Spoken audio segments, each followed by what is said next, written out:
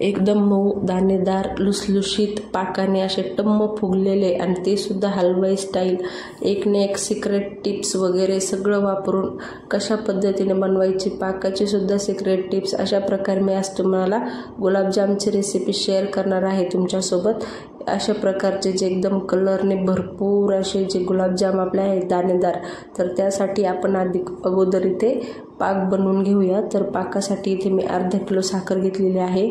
त्यानंतर जेवढी साखर तेवढं पाणी घ्यायचं. वाटीने म्हटलं तर 2.5 वाटी साखर आहे.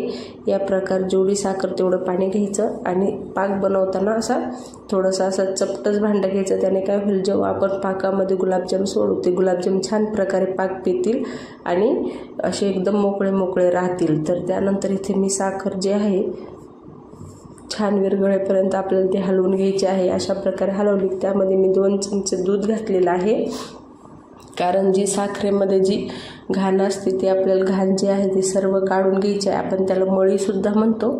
तर या प्रकारे मी सर्व जे मळी आहे ती अशी फुल गॅस करून काढून घेतलेली आहे. कारण फुल गॅसने काय होतं, ती पटापटावरती येते आणि सगळी पटकन निघून जाते. तर अशा पद्धतीने सर्व जी मळी आहे ती आपण या ठिकाणी काढून घेणार आहोत.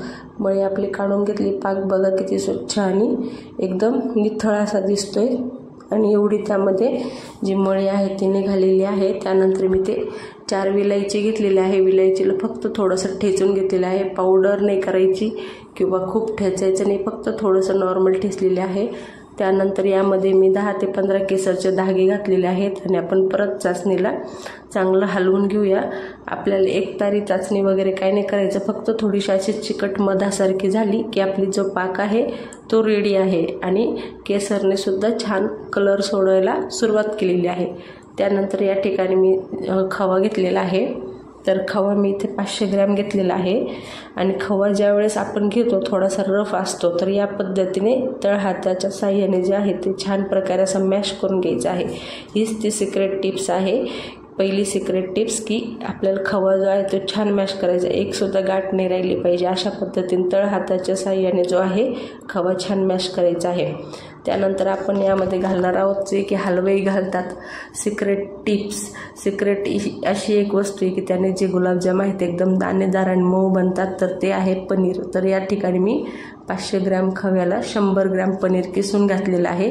तुम्ही हवं तर मिक्सरमधून घाला, पण किसून घालल्याने काय होतं, छान प्रकारे ते जे आहे बाइंडिंग व्यवस्थित होतं. मिक्सरमध्ये कधी कधी काय होतं, एखादा खडा राहू शकतो पनीरचा. त्यानंतर येथे मी 80 ग्रॅम मैदा घेतलेला आहे. 500 ग्रॅम खव्याला फक्त 80 ग्रॅम मैदा घ्यायचा आहे. खूप मैदा नाही घालायचा. खूप मैदा घातला तर ते जे दाणेदार गुलाबजाम असतात ते होणार नाहीत आपले. तर मी सर्व मैदा जो आहे तो घालून घेतला आहे. त्यानंतर इथे 1 चमचा बेकिंग पावडर घातलेली आहे. बेकिंग पावडरसुद्धा हलवाई लोक घालतात. त्याने काय होतं, असे एकदम मऊ आणि दाणेदार तयार होतात गुलाबजाम. अशा प्रकारे पीठ आपल्याला रेडी करायचं आहे. सॉफ्ट पीठ करायचं आहे, खूप हार्ड नाही करायचं. त्यानंतर आपण याला एक 10 मिनिट रेस्ट देऊया. याने काय होईल, पीठ जे आहे ते छान असं भिजून रेडी होईल. त्यानंतर आपलं 10 मिनिटं झालेलं आहे. पीठ एकदम सुटसुटीत असं झालेलं आहे. त्यानंतर मी ते गोळा घेतलेला आहे, त्याचं छान प्रकारे रोल करून घेतला आहे आणि अशा प्रकारे आपल्याला जे आहे एक मापाचे आणि एकच साईजचे जे आहेत ते गोळे बनवायचे आहेत गोल गोल. तर त्यासाठी आपण अगोदर तुकडे करून घेऊया आणि अशा पद्धतीने छान रफली गोळे बनवायचे आहे. त्याला एकही क्रॅक नाही राहिलं पाहिजे किंवा अशी खरबुडे नाही. छान असे गोल मोमो सगळे जे आहेत ते गुलाबजाम मी बनवून घेतलेले आहेत. आता आपण ते तळायचे आहेत. तर या ठिकाणी मी तेल तापवायला ठेवलेलं आहे. तेल खूप कडक नाही करायचं, थोडंसं नॉर्मल गरम करायचं आहे. ज्यावेळेस आपण त्यामध्ये सोडू तर ते बघा हलके हलके जे बबल्स आहेत ते आले पाहिजेत. त्यानेच काय होतं, परफेक्ट जी गुलाबजाम तळण्याची पद्धत आहे तर ही आहे. हलवाई लोक काय करतात, तेल असं छान खूप गरम नाही करत, असं मीडियम गरम करतात आणि त्यामध्ये ते सोडतात. असे छान हलके हलके बबल्स आले. आपल्याला अजिबात हलवायची घाई नाही करायची. नंतर 1 चमच्याच्या साह्याने थोडंसं जे आहे ते हलवायचं आहे किंवा मग तुम्ही कढईला सुद्धा धरून असं छान हलवू शकता.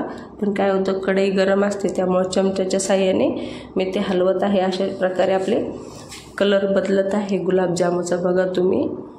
आणि मी त्याच चमच्याने हलवत आहे. अजिबात आपल्याला झाऱ्या लावायची घाई नाही करायची. त्या चमच्याने छान असे उलट पुलट करून घ्यायचे आहे। आणि अशा ठिकाणी बघा आपले गुलाबजाम आहेत ते छान प्रकारे तळून झालेले आहेत, कलरसुद्धा छान आलेला आहे।